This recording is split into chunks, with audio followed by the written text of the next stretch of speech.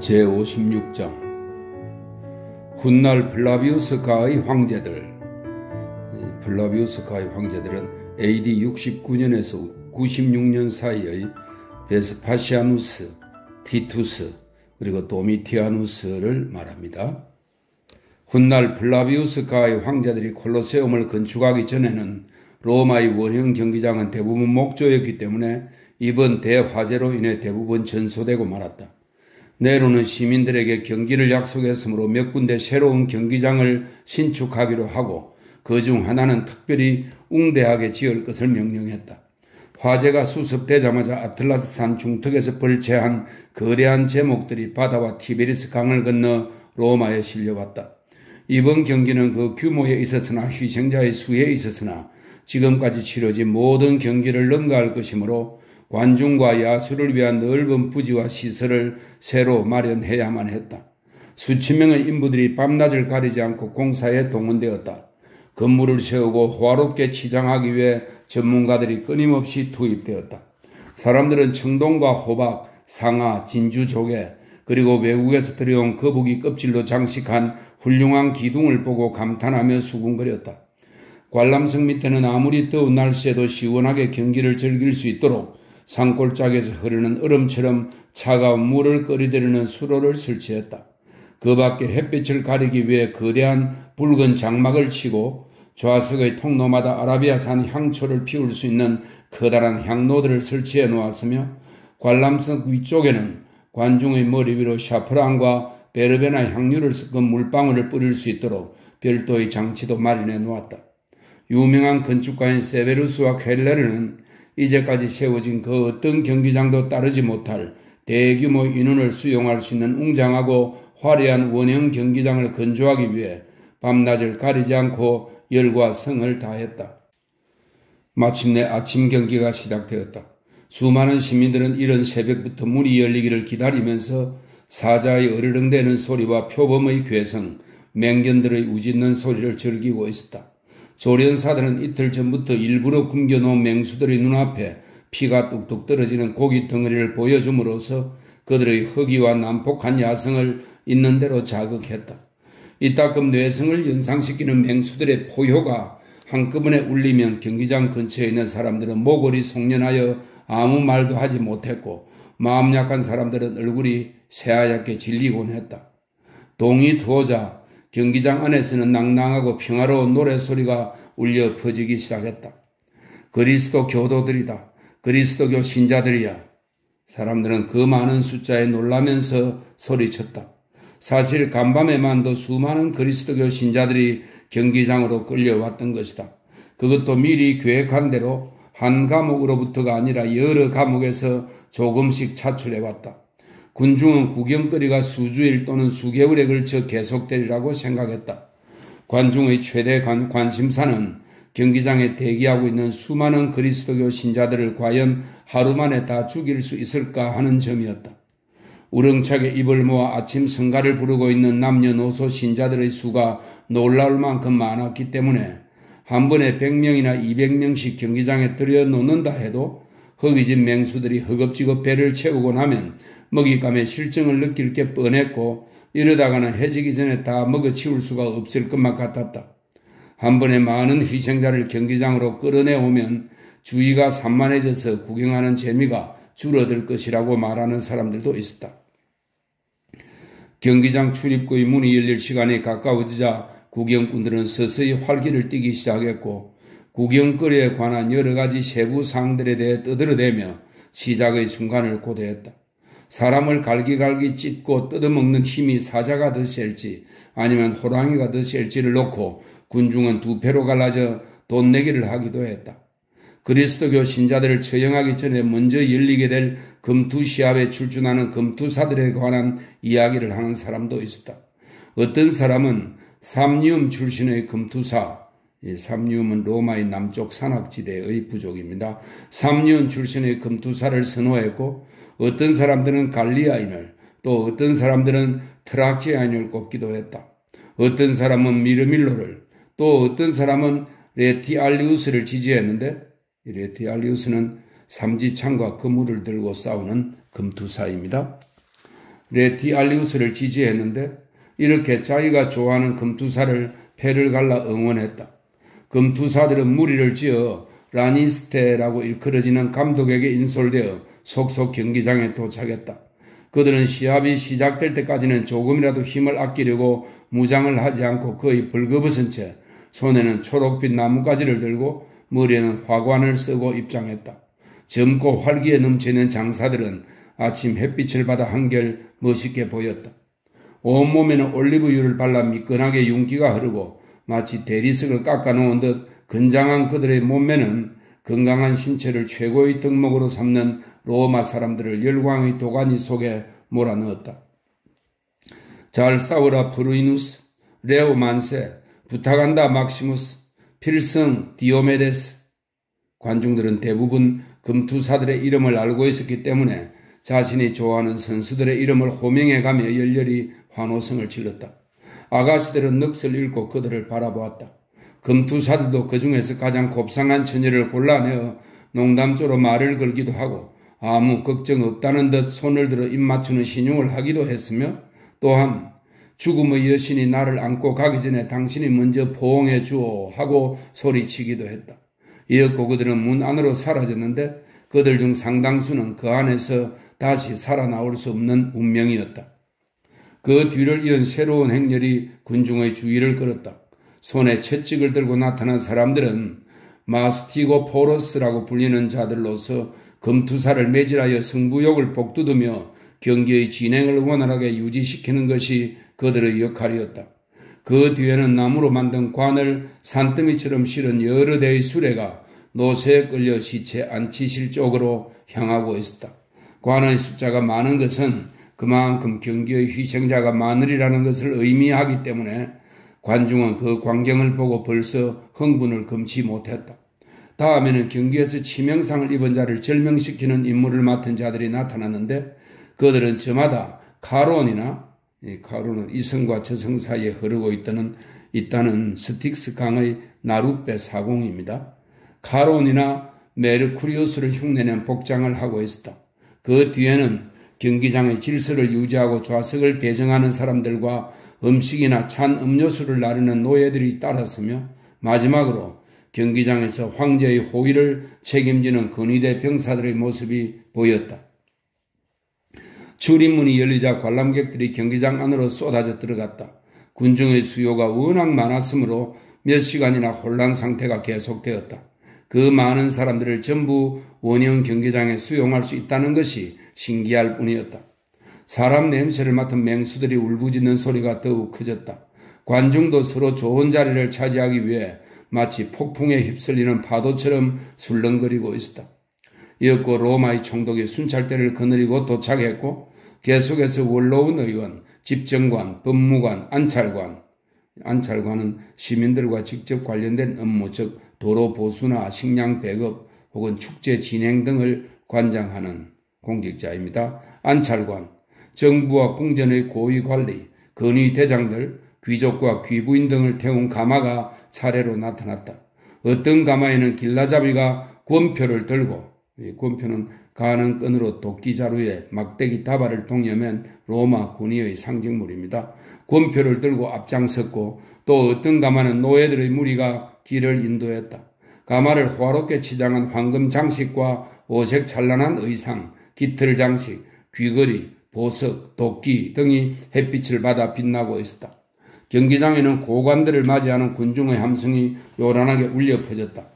그 뒤로 얼마 안 있어 건의대가 도착했다. 여러 신전의 제사들이 한 발 늦게 도착했으며 곧이어 베스타 여제사들이 권표를 든 길라잡이를 앞세우고 가마를 타고 뒤따라왔다. 이제 황제만 입장하면 곧 경기가 시작될 예정이었다. 황제도 너무 오래 시민들을 기다리게 하는 것보다는 일찌감치 도착해서 그들의 환심을 사고 싶었기 때문에 뜸을 들이지 않고 황후와 조신들을 거느리고 곧 도착했다. 그 중에는 페트로니우스도 있었는데 그의 가마에 비니키우스도 동승했다. 비니키우스는 리기아가 병으로 의식불명이라는 것은 알고 있었으나 요즘 감옥 출입이 금지되어 면회도 할 수 없었고 더구나 경비병이 교체된 데다가 출입을 엄중히 단속하려는 특별한 지시가 있었기 때문에 감옥에 가서 죄수들의 소식을 들을 수도 없었다. 그러므로 비니키우스는 이 첫날의 희생자 가운데 리기아가 있는지 없는지 알 수가 없었다. 그들은 의식을 잃은 병자조차도 얼마든지 사자의 밥으로 만들 수 있는 자들이다. 게다가 희생자들에게 짐승의 가죽을 뒤집어 씌우고 한꺼번에 경기장 모래밭으로 몰아넣기 때문에 누가 누구인지 분간조차 할 수 없는 상황이었다. 비니키우스는 간수와 경기장 인부를 돈으로 매수하고 맹수를 다루는 조련사들에게도 뇌물을 주어 리기아를 경기장의 어두운 구석에 몰래 숨겨두었다가 밤중에 그들이 자신의 소작인에게 인도해주면 알바누스 산으로 빼돌린다는 계획을 세워놓고 있었다. 페트로니우스는 이 계획을 듣고 비니키우스에게 자기와 함께 공개석상에 얼굴을 내밀었다가 은밀하게 지하 감옥으로 가서 그들에게 미리 리기아가 누구인지를 가르쳐 주는 것이 좋을 것이라고 충고했다. 간수들은 자기들이 출입하는 조그만 쪽문으로 비니키우스를 들여보냈다. 간수들 중 시루스라는 자가 그를 그리스도 교도가 있는 지하실로 안내하며 말했다. 나으리께서 찾고 있는 아가씨는 아마 여기에 오시지 않은 것 같습니다. 리기아라는 이름을 부르며 구석구석 찾아보았습니다만 아무도 대답하지 않았습니다. 어쩌면 그리스도 교도들은 우리를 믿지 못하고 경계하고 있는 것 같기도 합니다. 지하실에는 신자들이 많이 잡혀와 있는가? 비니키우스가 물었다. 네, 그렇습니다. 저들 중에는 내일이나 되어야 경기장으로 끌려나갈 사람도 많습니다.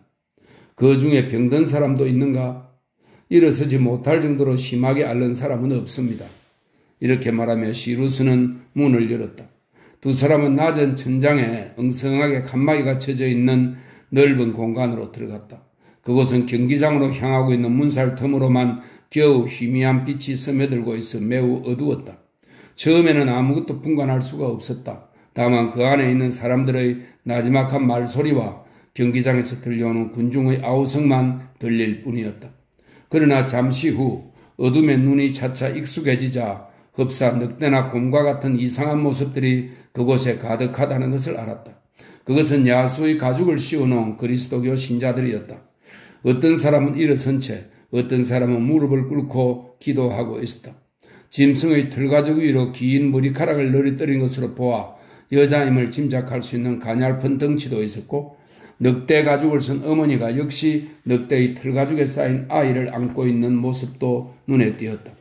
그러나 털가죽 사이로 보이는 그들의 얼굴에는 해맑은 미소가 떠올라 있었고 어둠 속에서도 두 눈은 환희와 열정으로 반짝이고 있었다. 그들은 대부분 천상을 향한 동경에만 열중하고 있고 다른 모든 일에 대해서는 무관심한 듯이 보였다.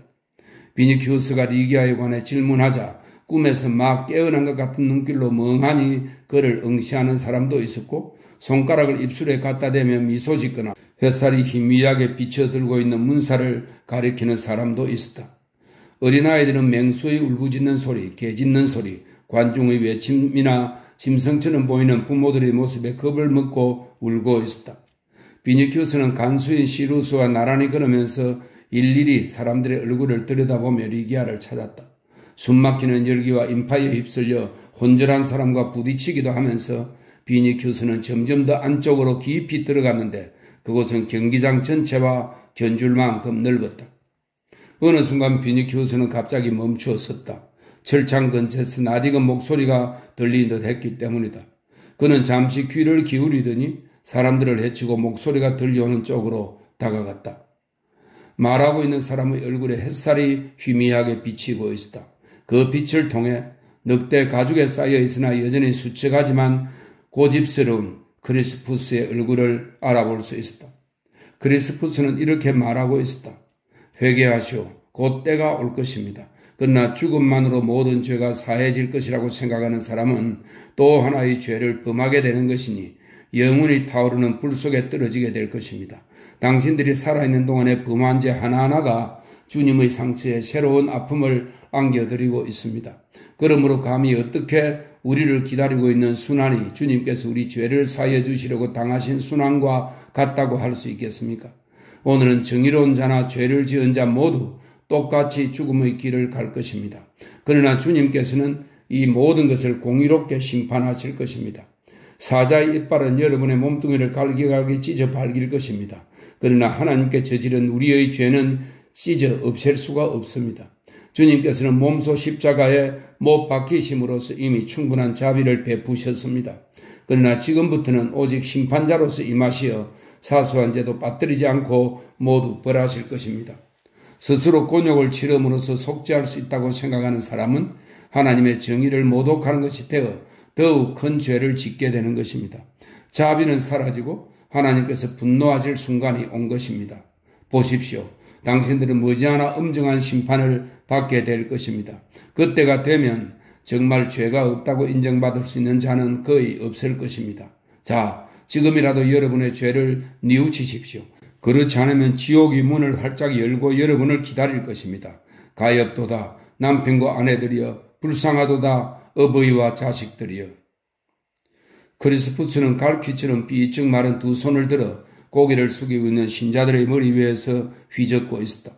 죽음을 코앞에 두고도 그는 전혀 두려워하는 기색이 없었다. 그의 말이 끝나자 신자들은 여기저기서 죄를 회개합시다 하고 소리쳤다. 잠시 침묵이 흘렀다. 들리는 소리라고는 어린아이 울음소리, 그리고 죄를 뉘우치며 자신의 가슴을 두드리는 소리뿐이었다. 비니키우스는 혈관 속의 피가 얼어붙는 것 같았다. 모든 희망을 그리스도의 자비에 걸고 있던 그로서는 분노의 날이 닥쳐왔고 경기장에서 죽는다 해도 구원의 은총을 받을 수 없다는 말에 절망할 수밖에 없었다.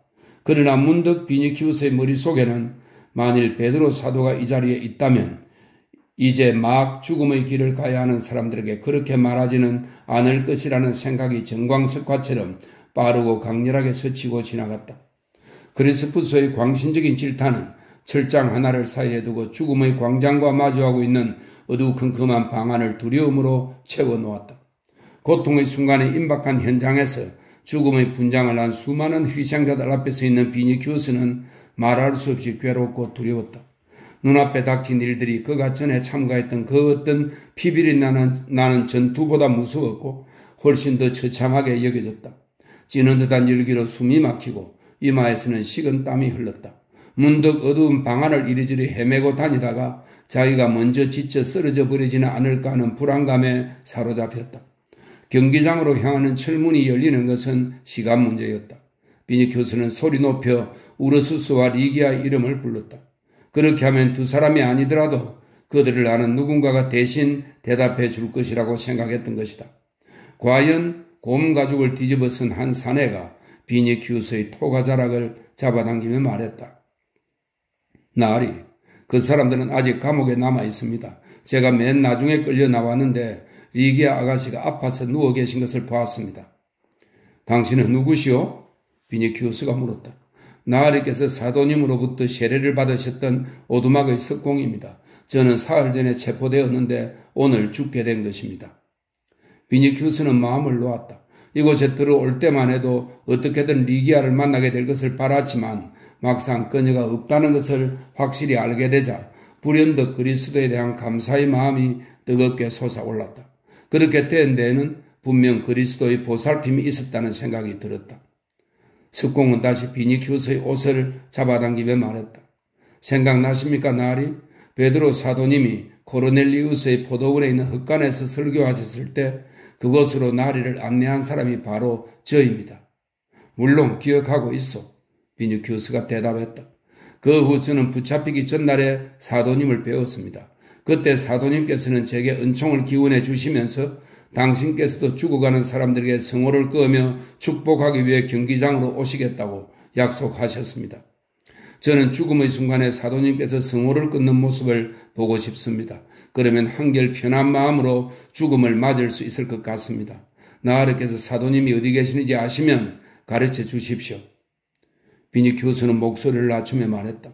사도님은 노예 차림으로 페트로니우스의 종들 틈에 섞여 계실 거요. 그분이 어디에 자리를 잡고 앉으셨는지는 모르지만 일단 경기장에 가면 찾을 수 있어. 당신이 경기장의 모래밭으로 나가게 되면 나를 지켜보시오. 내가 일어서서 사도님이 계신 쪽을 바라보겠소. 그러면 당신은 사도님을 쉽게 찾아낼 수 있을 거요. 고맙습니다, 나으리. 주님의 평화가 함께 하시기를. 당신에게도 구세주께서 은총을 베푸시기를 빌겠소. 아멘. 비니큐스는 지하 감방을 나와 경기장으로 갔다. 비니큐스의 자리는 다른 조신들과 함께 귀빈석에 앉아있는 페트로니우스의 바로 옆에 마련되어 있었다. 지하실에 그녀가 있더냐? 페트로니우스가 물었다. 없습니다. 아직 감옥에 남아있답니다. 방금 쓸만한 생각이 떠올랐다. 얘야, 니기디아 쪽을 헐끔거리면서 내 말을 잘 들으라. 그녀의 머리 모양에 관해 이러쿵저러쿵 이야기하는 척 하자 말이다. 티겔리누스와 킬로가 지금 우리를 주시하고 있으니까. 내 생각으로는 오늘 밤에 리기아를 시체로 가장하여 관에 넣어가지고 탈옥시키는 것이 좋겠다. 그 다음이래야 너가 알아서 하면 될 테니까. 예, 비니큐스는 대답했다. 여기서 이야기는 중단되었다. 마침 툴리우스 세네키오가 두 사람을 향해 몸을 기울이며 이렇게 말했기 때문이다. 경기장에 나오는 그리스도 교도들에게 무기를 줄까요? 글쎄요, 잘 모르겠는데. 페트로니우스가 대답했다. 무기를 지급하는 편이 좋을 텐데 말이요. 세네키오가 말을 이었다. 그렇지 않으면 경기장의 모래밭이 순식간에 도살장으로 변해버릴 겁니다. 그나저나 이 경기장은 정말 훌륭하군요. 사실 눈앞에 펼쳐진 광경은 장엄하기 이를 데 없었다. 아래쪽 좌석에는 흰 토가를 입은 사람들이 줄지어 앉았으므로 마치 눈이 소복하게 쌓인 것처럼 보였고 금박을 입혀 화려하게 장식한 중앙의 귀빈석에는 다이아몬드 목걸이를 걸고 금으로 만든 화관을 쓴 황제가 앉아있었다. 그 옆에는 여전히 아름답기는 하지만 전과는 달리 침울하고 경직된 표정을 짓고 있는 황후가 앉아있었다. 두 사람의 좌우에는 로마의 권력과 영광과 부를 대표하는 모든 사람들, 즉 베스타의 여제사들, 고관들, 가장자리에 순원 외투를 입은 원로운 의원들, 번쩍이는 무기를 지닌 장군들이 줄지어 앉아있었다. 뒷줄에는 기사들이 자리를 메웠고 그 위는 일반인들을 위한 관람석으로 사람들의 머리가 검은 바다처럼 출렁이고 있었다. 제일 위쪽에는 장미와 백합, 아네모네와 담쟁이 등불, 포도 등불을 엮어 만든 기다란 꽃 사슬이 기둥에서 기둥으로 연결되어 주렁주렁 걸려 있었다. 사람들은 소리 높여 떠들어대면서 서로의 이름을 부르거나 노래를 흥얼거리기도 했다. 때로는 관람석의 어떤 줄에서 시작된 우스갯소리가 줄을 타고 사방으로 전해져서 여기저기서 낄낄거리는 소리가 들려오기도 했다. 그런가 하면 기다리기가 지루하다는 듯 경기 시작을 재촉하면서 발을 구르는 자들도 있었다. 마침내 발 구르는 소리가 점점 커지고 하나로 모아져서 뇌성처럼 울리기 시작했다. 드디어 로마의 총독이 화려하게 차린 행렬을 거느리고 경기장에 나타나 한 바퀴 돈 다음 손수건을 흔들어 경기의 시작을 알렸다. 그러자 수천 명의 관중이 와, 와 하고 일제히 환호성을 지르며 응답했다. 여느 때 같으면 남방 혹은 북방 태생의 여러 야만인들이 몰려나와 특유의 장기인 맹수 사냥을 하는 것으로 경기가 시작되었겠지만 이번에는 맹수의 수가 너무 많아서인지 안다바테, 즉 눈가림 시합으로 막을 열었다. 안바다테는 눈을 가리는 투구를 쓰고 앞을 보지 못하는 상태에서 금투사들이 싸우는 경기를 말한다. 10여 명이 넘는 금투사들이 일시에 모래밭에 등장하여 되는 대로 마구 칼을 휘두르기 시작했다. 경기를 감시하고 진행하는 마스티고 포로스들이 긴 삼지창으로 그들을 밀어 서로 가까이 접근하도록 했다. 구경꾼들 중에서도 신분이 높은 사람들은 그런 시합을 이미 많이 관람한 탓에 별로 흥미가 없는 듯 경멸의 눈으로 바라보고 있었다. 그러나 일반 시민들은 눈을 가린 금투사들이 허공에 대고 아무렇게나 칼을 휘두르는 것에 재미를 느껴 어쩌다 등과 등이 서로 부딪히기로 하면 와 하고 함성을 지르면서 오른쪽, 왼쪽, 정면이다 하고 소리를 질러 금투사들을 더욱 혼란스럽게 만들었다. 시간이 흐르자 몇 쌍의 금투사들이 서로 맞붙어 정면 승부를 벌이면서 싸움은 점차 피비린내 나는 양상으로 변해갔다. 양쪽 모두가 흥분한 나머지 방패를 내던지고 한 손으로 상대방을 붙잡고 다른 손에 금을 든 채 사투를 벌이기도 했다. 쓰러진 금투사는 손가락을 위로 올려 관중의 동정을 구했으나 관중은 언제나 패배자의 죽음을 원했다. 특히 안다바테의 경우에는 얼굴을 가리고 있어 누가 누구인지 알 수 없었으므로 관중의 요구는 더욱 잔혹했다. 금투사들의 숫자가 점점 줄어들어 마침내 단 두 사람만이 남게 되었다. 그들은 마스티고 포로스에게 내몰려 서로 밀고 당기기를 되풀이하다가 모래밭에 쓰러져서 서로를 찔러 죽였다. 그러자 성부는 끝났다라는 선언이 울려 퍼지고 인부들이 시체를 치웠다. 이어 소년들이 모래밭으로 달려나와 핏자국을 지운 뒤에 그 자리에 샤프란 꽃잎을 뿌렸다. 다음은 매우 흥미있는 시합으로서 일반 시민뿐 아니라 지체 높은 관중도 호기심을 보이는 종목이었다.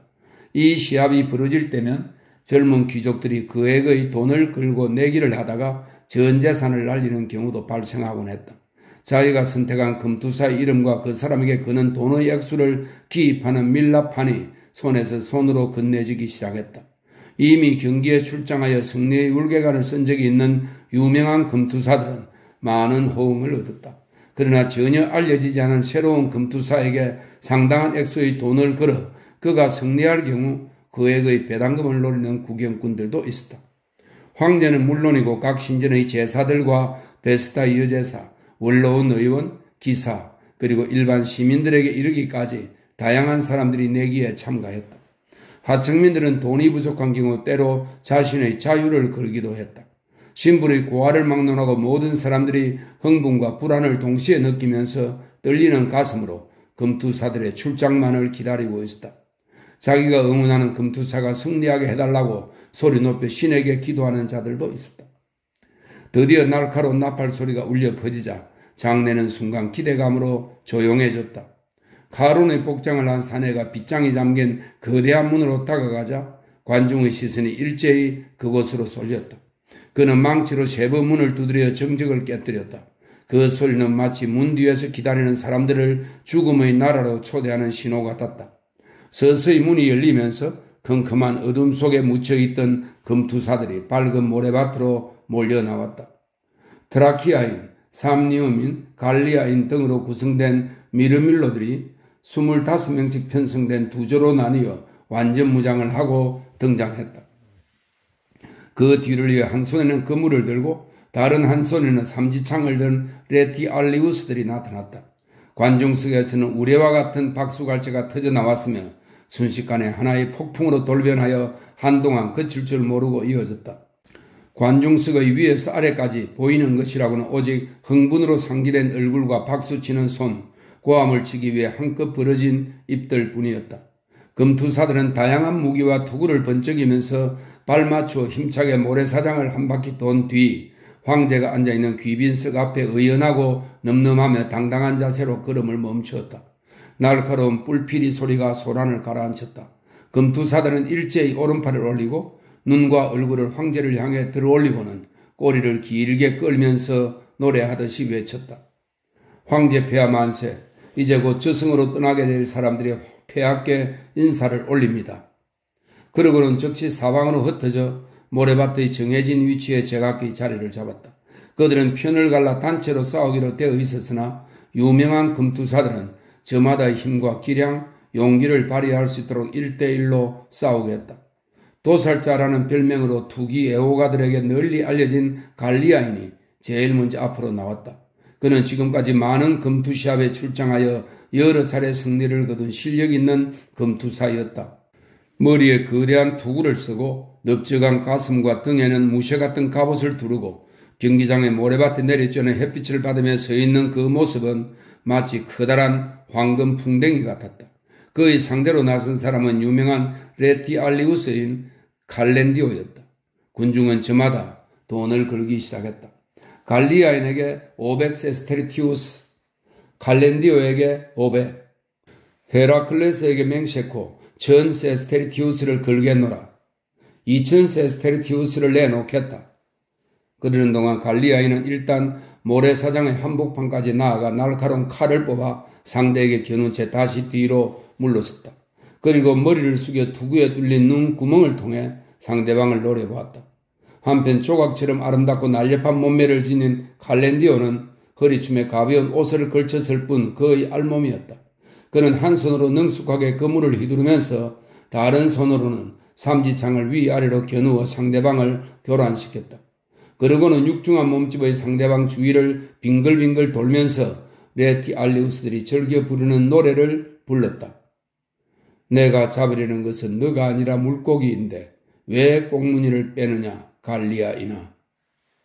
하지만 갈리아이는 도망치는 것이 아니었다. 그는 가만히 서 있는 듯 하면서도 줄곧 상대방의 움직임을 주시하며 눈에 띄지 않는 동작으로 조금씩 교묘하게 방향을 바꾸고 있었다. 그의 몸에서도 괴물처럼 거대한 머리에서도 무서운 살기가 뿜어져 나오고 있었다.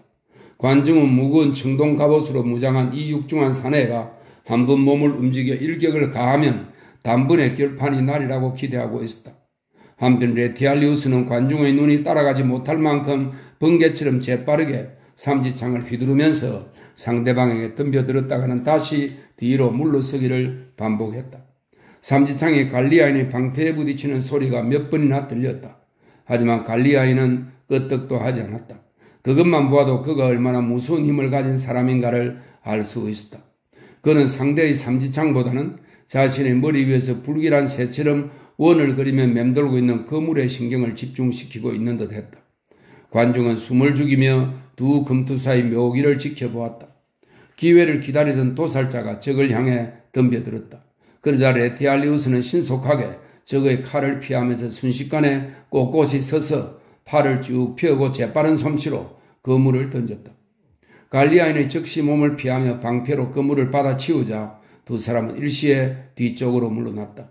장내는 두 패로 갈라져 응원의 함성과 박수를 보내고 있었다. 아래쪽 좌석에서는 또다시 돈을 걸기 시작했다. 황제는 처음엔 베스타의 여제사 루브리아와 얘기를 나누느라고 구경거리에 별로 주의를 기울이지 않다가 관중이 술렁대기 시작하자 비로소 모래밭 쪽으로 눈을 돌렸다. 두 사람은 또다시 격투를 벌이기 시작했다. 그들의 움직임은 균형이 잡히고 정확했으며 죽고 사는 문제보다는 자신들의 기량을 보여주는데 심혈을 기울이고 있는 것 같았다. 도살자는 두 번이나 거물의 습격을 피해 경기장 가장자리로 물러나기 시작했다. 도살자의 적수에게 돈을 건 관객들은 그가 물러서자 어서 덤벼라 하고 외쳤다. 갈리아인은 이 외침에 못 이겨 앞으로 돌격했다. 그러자 레티알리우스의 한쪽 팔이 단칼에 피로 물들고 거물이 축 처졌다. 갈리아인은 몸을 수그리면서 최후의 일격을 가하려고 덤벼들었다. 그 순간 일부러 거물을 들지 못하는 신용을 하고 있던 칼렌디오가 몸을 옆으로 꼬으면서 도살자의 공격을 살짝 피하는 동시에 상대방의 두 무릎 사이로 삼지창을 찔러 넣어 그를 쓰러뜨렸다. 갈리아인은 일어서려고 했으나 곧 그물에 끌려들고 말았다. 벗어나려고 버둥거릴수록 그의 손과 발은 점점 더 세게 그물에 엉켜들었다. 그 사이 삼지창의 공격은 계속되었고 도살자는 점점 무기력해져서 땅에 못 박힌 것처럼 되고 말았다. 도살자는 마지막으로 다시 한번 일어서려고 몸부림쳤으나 헛일이었다. 이제는 칼을 들어 올릴 힘조차 없었다. 마침내 무력한 손을 간신히 위로 한번 들어 올리고는 나자빠지고 말았다.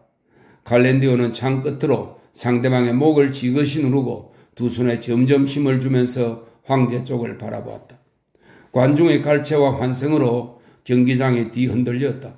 칼렌디오에게 돈을 건 사람들에게는 이 순간 그가 황제보다도 더 위대해 보였다. 그러나 동시에 그들의 마음속에서는 갈리아인에 대한 적개심이 눈독듯이 사라졌다. 갈리아인이 피로써 희생한 덕분에 그들의 돈 주머니가 두둑하게 채워졌기 때문이다. 관중의 판결은 둘로 나뉘어졌다. 절반가량은 갈리아인을 죽이라는 표시를 했고 나머지 절반은 살려주라는 신호를 보냈다. 칼렌디오는 황제와 베스타 여사제들이 앉아있는 귀빈석을 쳐다보면서 그들의 결정을 기다렸다. 공교롭게도 그 갈리아인은 네로의 눈밖에 나 있었다. 대화제가 있기 전 마지막 경기 때 갈리아인의 적수에게 돈을 걸었다가 갈리아인이 승리하는 바람에 리키니우스에게 적잖은 돈을 잃은 적이 있었던 것이다. 네로는 주먹을 쭉 내밀고 엄지손가락을 아래로 향하게 하여 죽이라는 신호를 보냈다. 베스타 여제사들도 일제히 황제를 따라 엄지손가락을 아래로 내렸다. 칼렌디오는 갈리아인의 앞가슴을 무릎으로 누르면서 허리춤에 찬 단도를 뽑아들었다. 그리고 상대방의 갑옷을 벗겨내고는 칼 자루까지 들어갈 정도로 깊숙하게 그의 목을 찔렀다. 관중은 성부는 끝났다라고 곳곳에서 소리쳤다. 갈리아인은 잠시 동안 도살당한 황소처럼 몸에 경련을 일으키더니 팔꿈치로 모래를 몇 번 차다가 그대로 쭉 뻗어버리고 말았다. 메르쿠리우스로 분장한 금시관들이 생사 여부를 확인하기 위해 시뻘겋게 달군 쇠를 그의 몸에 떼볼 필요조차 없었다. 시체는 즉시 치워졌고 지체 없이 또 다른 개인전이 펼쳐졌다. 개인 시합이 모두 끝난 뒤 마침내 단체전의 차례가 되었다. 관중의 시선과 그들의 영혼은 온통 시합에 쏠려 있었다. 환승과 질타, 휘파람과 폭소, 갈채와 성원이 이어졌다. 경기장에서는 두 표로 갈라진 금투사들이 야수처럼 난폭하게 싸웠다. 가슴과 가슴이 서로 맞부딪혔고 죽을 힘을 다해 상대방과 뒤엉켜 무자비하게 그의 관절을 부러뜨리기도 했다. 가슴과 배를 칼에 찔려 창백한 입술로 모래 위에 피를 토하는 금투사도 있었다. 싸움이 거의 끝날 무렵 풋내기 금투사 중 10여 명이 겁에 질려 뒤로 슬슬 물러나기 시작했다. 그러자 마스티고 포로스들이 끝에 납덩이를 단 채찍으로 그들을 후려쳐서 싸움판으로 가차없이 몰아넣었다. 모래밭은 점점 피로 얼룩져 갔다. 벌거벗었거나 갑옷을 입은 시체가 점점 많아져 볕단처럼 쌓였다. 아직 숨이 붙어있는 사람들은 시체를 짓밟으며 끈질기게 싸웠다. 그 중에는 갑옷과 방패에 발이 걸려 넘어지거나 부서진 무기에 찔려 피를 흘리며 쓰러지는 자들도 있었다. 군중은 기쁨으로 전율하며 무자비한 생지옥 속에서 죽고 죽이는 짜릿한 장면으로 눈요기를 실컷 하고 죽음의 피비린내를 황홀한 듯 가슴 깊이 들이마셨다. 성부의 패한 자는 거의 죽었다. 심한 부상을 입고 모래밭을 기어가거나 벌벌 떨며 관중을 향해 두 손을 내밀어 살려달라고 애원하는 생존자들은 얼마 되지 않았다. 성자에게는 여러 가지 포상과 함께 월계관과 올리브 가지가 주어졌다. 이윽고 휴식 시간이 되자 황제의 명으로 경기장에서 연회가 베풀어졌다. 향로에는 향을 피웠고 인부들은 관중의 머리 위에 샤프란과 제비꽃으로 만든 향수를 뿌려댔다. 차가운 음료수를 비롯하여 구운 고기와 달콤한 과자, 포도주와 올리브, 과일 등이 배급되었다. 구경꾼들은 허리띠를 풀고서 마음껏 먹고 마시며 떠들어댔다.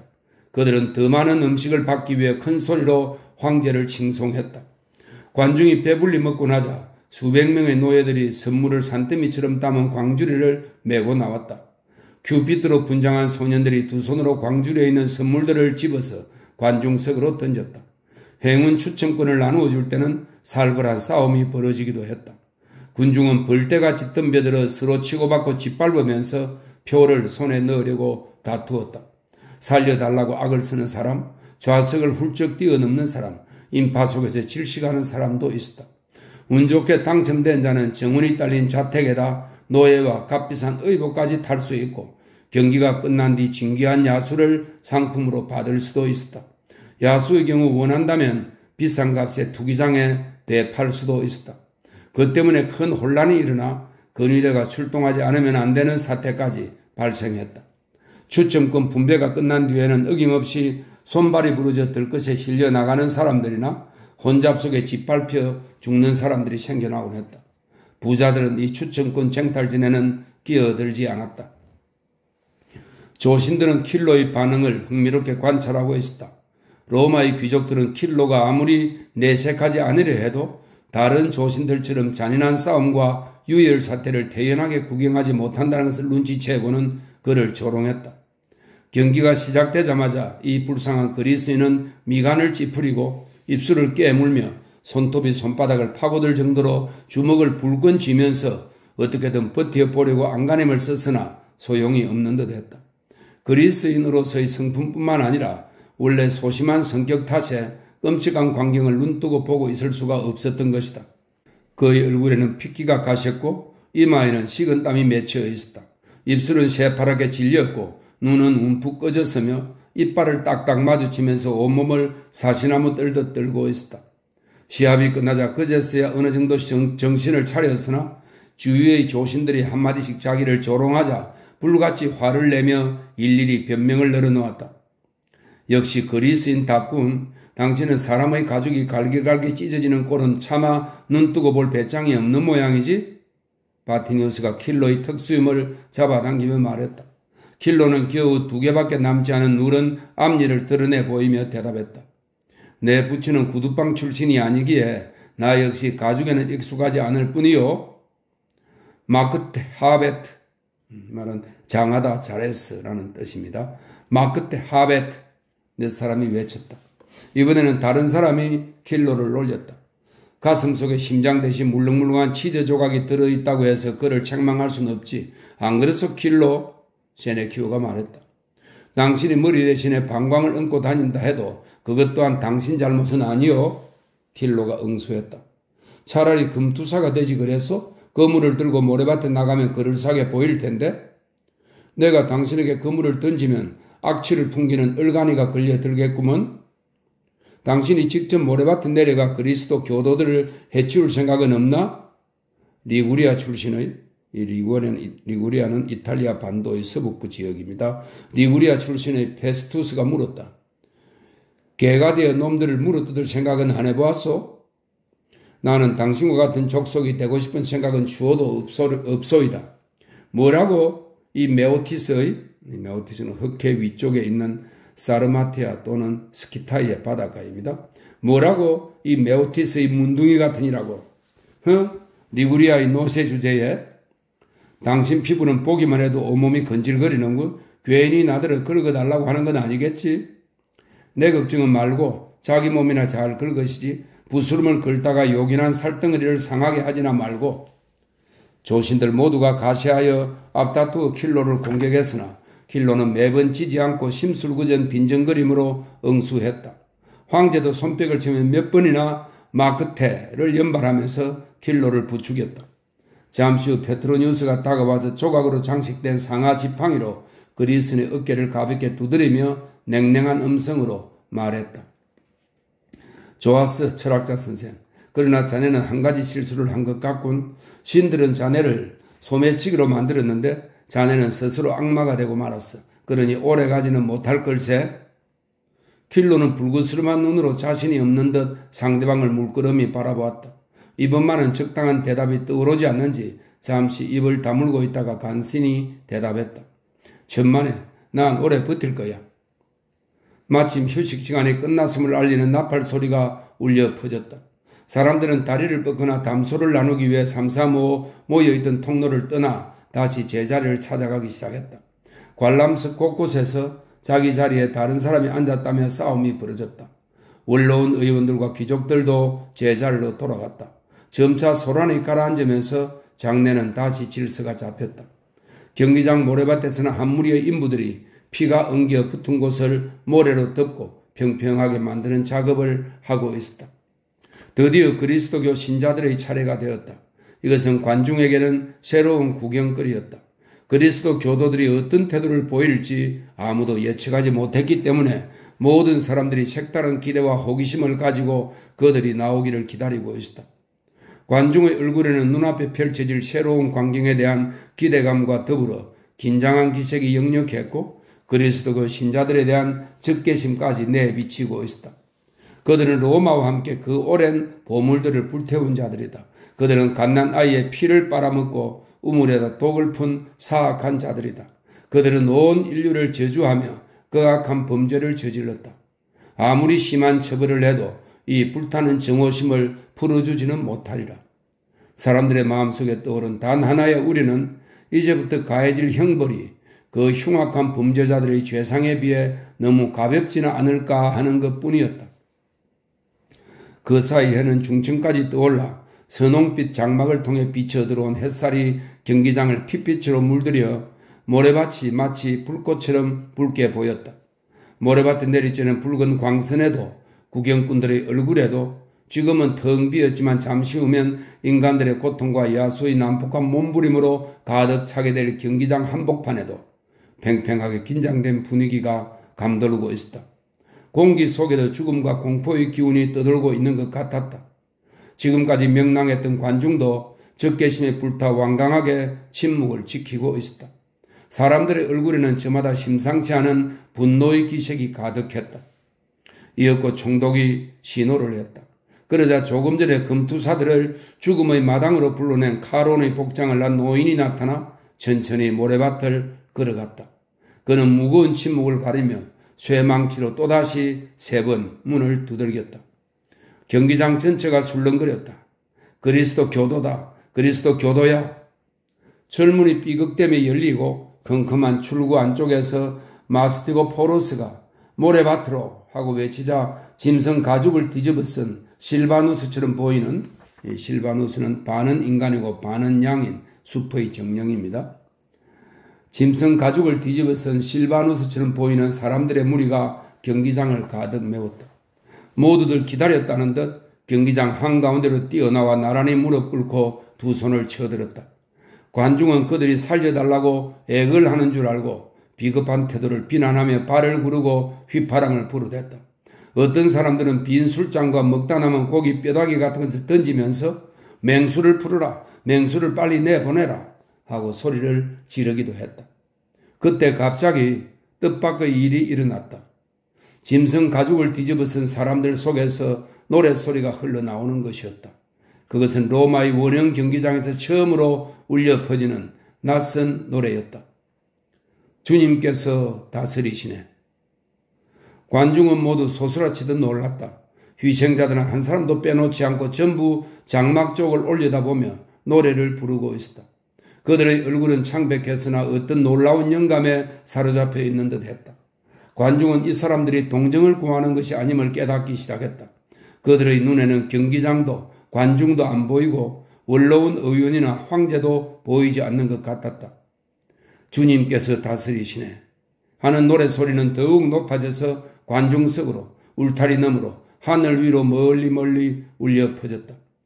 관중 중에는 이제 곧 죽음을 맞이할 사람들로부터 왕이라고 칭송받는 그리스도가 과연 누구일까 하는 의문을 품는 사람들이 점점 늘어났다. 그때 또 다른 철문이 열렸다. 그러자 한때의 개들이 지저대며 사나운 기세로 모래밭으로 뛰어나왔다. 펠로폰네소스에서 잡아온 황갈색의 몰로시아 개, 피레네 산맥의 얼룩무늬 개, 히베르니아에서 온 늑대와 교배시킨 잡종견들은 모두 이날을 위해 며칠 동안 굶겨두었기 때문에 배가 훌쭉하고 눈에는 핏발이 서 있었다. 수많은 개들이 함께 킁킁거리며 짖는 소리가 경기장 전체를 진동시켰다. 그리스도 교도들은 노래를 끝내자 꿇어앉아 화석처럼 꼼짝도 하지 않고 애잔한 목소리로 입을 모아 그리스도를 위하여라고 되풀이하고 있었다. 개들은 그 예민한 후각으로 짐승 가죽을 뒤집어 쓰고 있는 대상이 사람이란 것을 알아차렸으나 그들이 꿈쩍도 하지 않는 것이 이상했던지 당장 덤벼들려고 하지 않았다. 어떤 개는 당장이라도 관중을 습격이라도 할 것처럼 관람석에 벽을 기어 오르려고 했으며 또 어떤 개는 무엇인가 다른 먹이를 발견하기라도 한 듯이 요란하게 지저대며 경기장의 가장자리를 빙글빙글 돌았다. 마침내 관중은 흥분했다. 수천 명의 관중이 한꺼번에 소리를 질렀다. 야수처럼 포효하는 자도 있었고 들개처럼 지저대는 자도 있었다. 개를 자극하는 욕설이 세계 각국의 다양한 언어로 들려왔다. 원형 경기장 전체가 들썩거리며 난장판으로 변했다. 굶주린 개들이 이빨을 드러내고 그리스도교 신자들에게로 다가서다가는 물러서고 다시 다가서기를 반복했다. 마침내 몰로시아 개 한 마리가 앞줄에 꿇어앉아있는 여자에게 덤벼들어 어깨를 물더니 바닥으로 끌어당겨 쓰러뜨렸다. 그것을 신호로 수십 마리의 개가 마치 성벽의 갈라진 틈으로 비집고 들어가듯 한꺼번에 그리스도교 신자들에게 돌진했다. 관중은 그 놀라운 광경에 정신이 팔려 입을 다물었다. 들개들이 사납게 날뛰는 중에도 그리스도를 위하여라는 남녀노소의 애절한 목소리는 끊이지 않았다. 경기장에는 이제 사람과 개의 몸뚱이가 한 덩어리가 되어 곳곳에 뒤엉켜 있었다. 갈기갈기 찢겨진 몸에서 피가 냇물처럼 흘러나왔다. 피투성이가 된 인간의 팔다리를 서로 차지하려고 개들끼리 다투기도 했다. 개들의 이빨에 물어뜯긴 오장육부의 냄새와 피비린내가 아라비아산 향유보다 더 강하게 경기장 전체를 메웠다. 결국 혼란 속에서도 의연하게 무릎을 꿇은 채 죽음을 기다리던 마지막 몇 사람마저 굶주린 개들의 먹이가 되고 말았다. 비니키우스는 그리스도 교도들이 경기장 안으로 들어왔을 때 석공과 약속한 대로 자리에서 얼른 일어서서 페트로니우스의 노예들 틈에 섞여 앉아있는 베드로 사도 쪽으로 머리를 돌려 사도의 위치를 알려주었다. 그러고는 다시 자리에 앉아 마치 죽은 사람처럼 창백한 얼굴과 퀭한 눈으로 그 무서운 광경을 지켜보았다. 혹시나 석공이 잘못 알고 있어서 리기아도 이 희생자들 속에 있을지 모른다는 생각이 불현듯 떠오르자 온몸이 뻣뻣하게 마비되는 것 같았다. 그러나 그리스도를 위하여라는 생생한 외침을 들으면서 그리고 수많은 희생자들이 참혹하고 고통스러운 죽음을 맞으면서도 진리를 증거하고 하나님의 영광을 찬미하는 광경을 보면서 마음을 바꾸어 이렇게 생각했다. 그리스도께서는 스스로 순환 속에 죽으셨고 지금도 또한 수천 명의 신자들이 희생 제물이 되어 그리스도를 뒤따라 죽음의 길을 가고 있다. 그들의 피가 강물처럼 넘쳐 흐르게 되면 그 위에 한두 방울의 피가 더 보태어지느냐 아니냐 하는 것은 아무 의미도 없을 것이다. 어쩌면 이런 상황에서 리기야만을 위해 은총을 구하는 것 자체가 이미 죄악이 아닐까? 죽어가는 사람들의 신음소리와 생생한 피비린내가 비니키우스로 하여금 어느 틈에 그런 생각을 하게 했던 것이다. 비니키우스는 바싹 마른 입술로 끊임없이 기도했다. 그리스도여, 그리스도여, 당신의 사도가 리기야를 위해 기도하고 있사옵니다. 비니키우스는 정신이 점점 몽롱해지면서 자기가 지금 어디에 있는지, 주위에서 무슨 일이 일어나고 있는지조차 의식할 수 없는 지경에 이르렀다. 다만 경기장 모래밭을 뒤덮고 있는 피가 점점 불어나 결국에는 경기장과 온 로마에 범람할 것 같은 불안한 느낌에 사로잡힐 뿐이었다. 이제는 개 짖는 소리도 군중의 아우성도 조신들의 이야기 소리도 들리지 않았다. 그때였다. 조신들 사이에서 킬로가 기절했다는 고함 소리가 들려왔다. 킬로가 기절했다고? 베트로뉴스는 그리스인이 앉아있는 쪽을 돌아다 보았다. 사실이었다. 킬로는 허옇게 질린 얼굴로 고개를 뒤로 젖히고 입을 벌린 채 마치 송장처럼 꼼짝 않고 앉아있었다. 그때 짐승 가죽에 쌓인 새로운 희생자들이 줄을 이어 경기장으로 몰려 나왔다.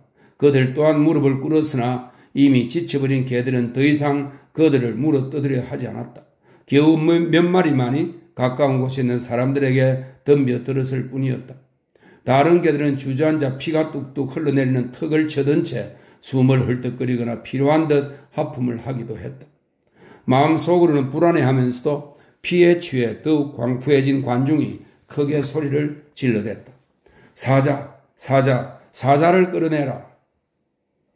순수에 따르면 사자는 다음날 나오기로 되어 있었다. 그러나 경기장에서만큼은 관중이 자신들의 의사를 자유롭게 드러낼 수 있었으며 그것이 비록 황제의 앞이라도 예외는 아니었다. 오직 칼리굴라 황제만은 오만하고 변덕이 심했기 때문에 군중의 뜻을 묵살해버린 적도 있었다. 심지어는 자신과 다른 생각을 고집하는 군중을 곤봉으로 때리라고 명령한 일도 있었다. 그러나 대부분의 경우에는 백성의 뜻에 따르곤 했다. 민중의 갈채를 중요시하는 네로는 그들의 뜻을 즉시 받아들였다.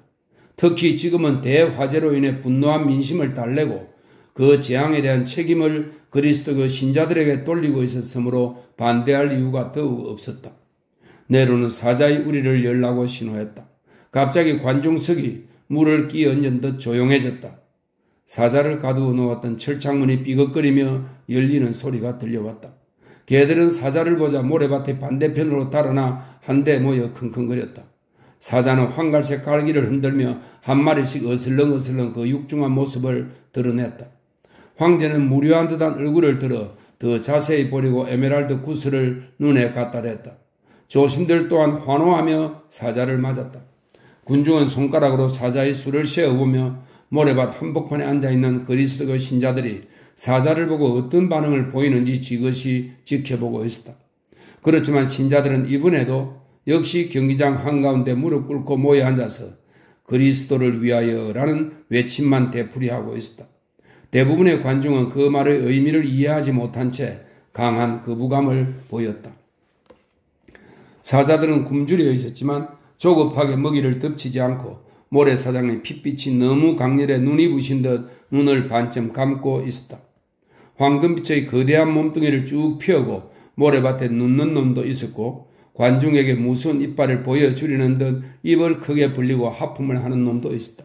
그러나 투기장에 뒹굴고 있는 찢겨진 시체의 살냄새와 피비린내가 본성을 자극하자 갈기를 바짝 세우고 콧구멍으로 사납게 숨을 들여 마시며 거칠게 움직이기 시작했다. 그중 한 마리가 갑자기 얼굴이 찢어진 여자의 시체에 덤벼들더니 앞발로 시체를 누르고는 혓바닥으로 이미 굳어버린 핏덩이를 핥았다. 또 다른 사자는 사슴 가죽에 쌓인 어린아이를 안고 있는 남자를 향해 천천히 다가갔다. 어린아이는 아버지의 목에 매달려 벌벌 떨다가 울음을 터뜨렸다. 아버지는 사랑하는 아들의 목숨을 그저 한순간만이라도 연장시킬 생각으로 다른 사람에게 아이를 넘겨주기 위해 어린애를 목에서 떼어냈다. 그런데 아이의 울음소리와 버둥거림이 사자의 신경을 건드리고 말았다. 사자는 벼랑간 짧게 으르렁대더니 앞발로 쳐서 어린아이를 죽이고는 아버지의 머리통을 입에 물고 어적어적 씹어먹기 시작했다. 이것이 신호가 되어 다른 사자들도 사나운 기세로 그리스도 교도들을 덮쳤다. 여자들 가운데 몇 명이 몸소리를 치며 비명을 질렀으나 그 소리도 관중의 박수갈채에 묻혀 들리지 않았다. 하지만 관중은 구경거리에 더욱 집중하려고 금방 박수치는 것을 멈추었다. 눈앞에서는 지상에서 가장 참혹한 광경이 펼쳐지고 있었다.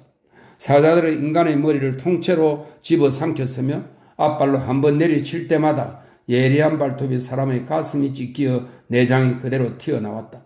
그 무시무시한 이빨로 뼈를 씹는 소리가 관중석까지 생생하게 들렸다. 희생자의 갈비뼈나 등뼈를 입에 물고 혼자 먹을 것을 찾는지 경기장 안을 미친 듯 뛰어다니는 놈도 있었다. 또 뒷발로 일어서서 마치 금투사들처럼 서로의 앞발을 붙잡고 실랑이를 벌이는 놈들도 있었다. 사자들의 우레와 같은 어른거림으로 경기장 전체가 진동했다. 관객들은 그 광경을 더욱 자세히 보기 위해 자리에서 일어섰다. 좀 더 잘 보이는 아래쪽으로 옮겨가려고 자리 다툼을 벌이다가 죽음을 당하는 자도 있었다. 흥분한 관중은 경기장 안으로 들어가 사자와 함께 그리스도 교도를 갈기갈기 찢어버리려는 듯 험악한 기세를 보였다. 인간의 소리라고는 도저히 믿을 수 없는 외침과 박수갈채, 천둥과 같은 야수의 포효와 이빨 가는 소리, 몰로시아 개들이 지지대는 소리 등을 뚫고 간간히 그리스도교 신자들의 신음소리가 새어 나왔다. 황제는 에메랄드 구슬을 눈에 대고 조심스럽게 그 광경을 지켜보고 있었다. 페트로니우스의 얼굴에는 혐오와 경멸의 빛이 떠올랐다. 킬로는 이미 경기장 밖으로 옮겨진 뒤였다.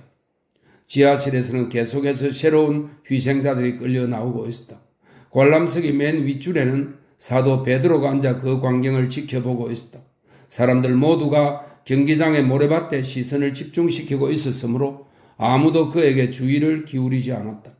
그는 전에 코르넬리우스의 포도원에서 곧 잡혀갈 사람들의 죽음과 영생을 축복했던 것처럼 지금 야수의 이빨에 물려 하나씩 둘씩 쓰러져가는 신자들을 향해 눈물을 머금고 성호를 끄며 강복하고 있었다. 베드로는 그들의 피, 그들이 받은 고통, 인간의 형체는 간데없이 한낱 고기 덩어리로 변해버린 그들의 시체, 그리고 피로 물든 모래밭에서 하늘로 날아간 그들의 영혼을 축복했다.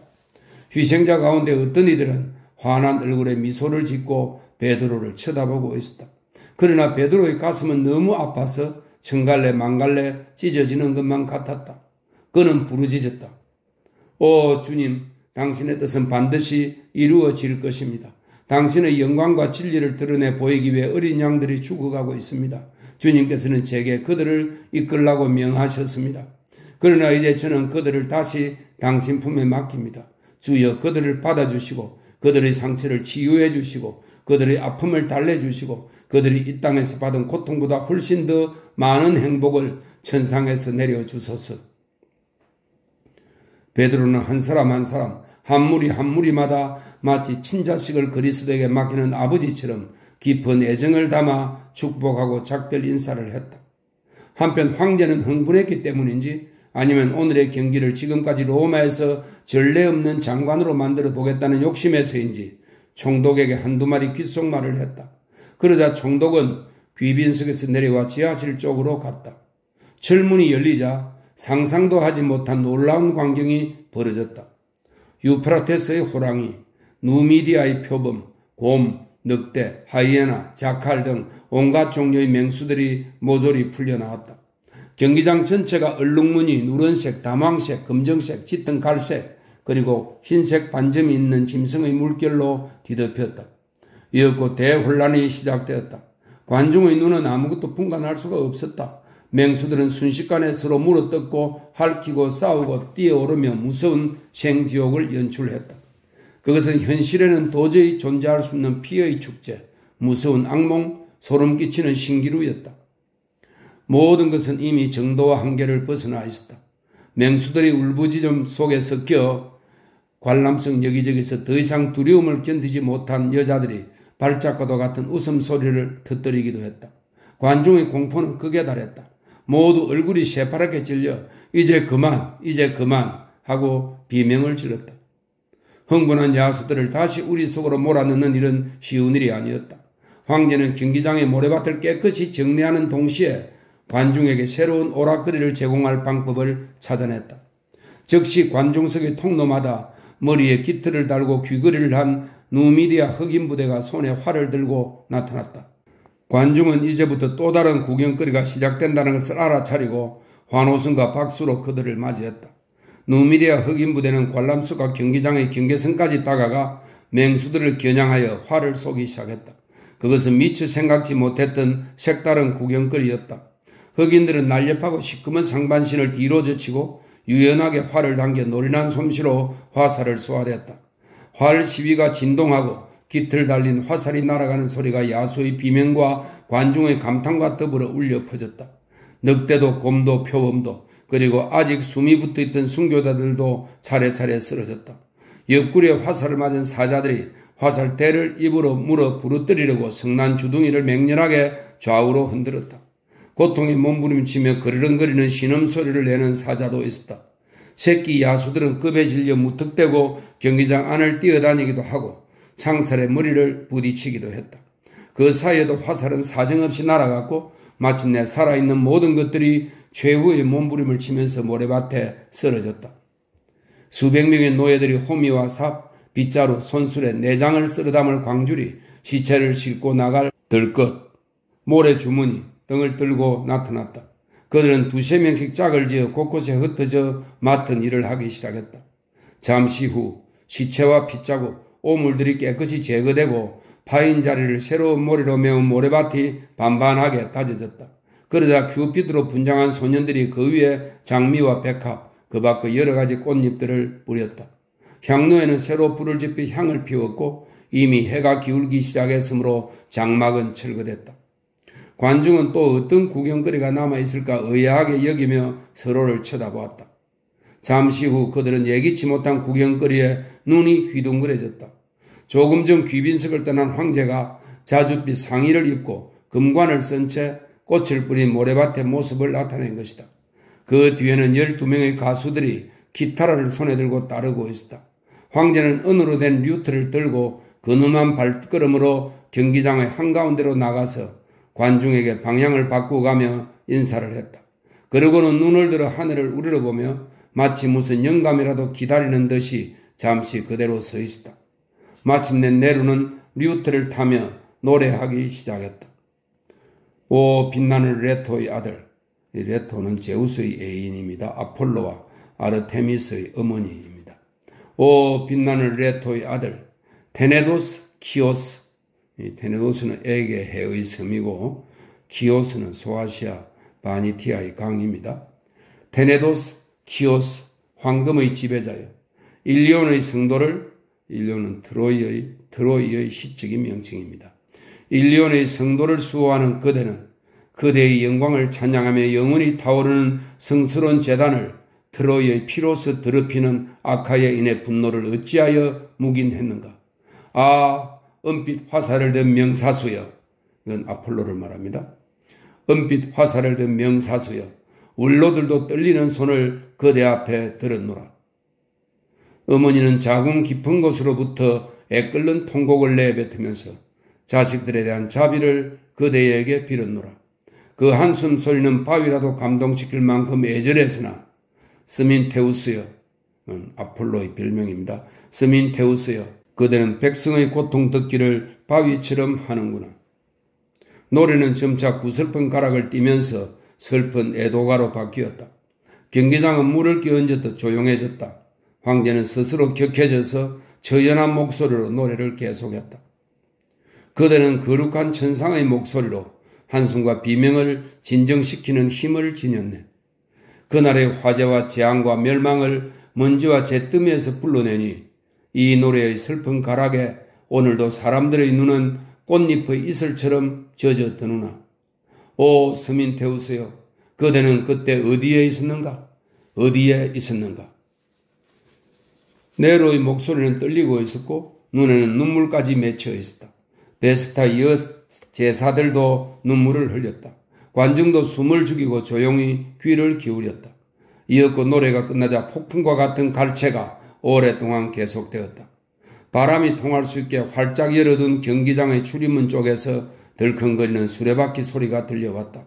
그 수레에는 남녀노소 할 것 없이 피투성이가 된 그리스도 교도들의 시체가 실려 있었는데 모두 푸티쿨리는 로마의 에스퀴리누스 문 밖에 있던 시체를 매장하는 거대한 구덩이입니다. 모두 푸티쿨리로 실려가는 중이었다. 사도 베드로는 떨리는 흰머리를 두 손으로 감싸고 마음속으로 부르짖었다. 오 주여 주여, 당신은 이 세상의 지배권을 누구에게 주시려고 하시나이까? 왜 하필 이런 곳에다 당신의 도성을 세우려 하십니까?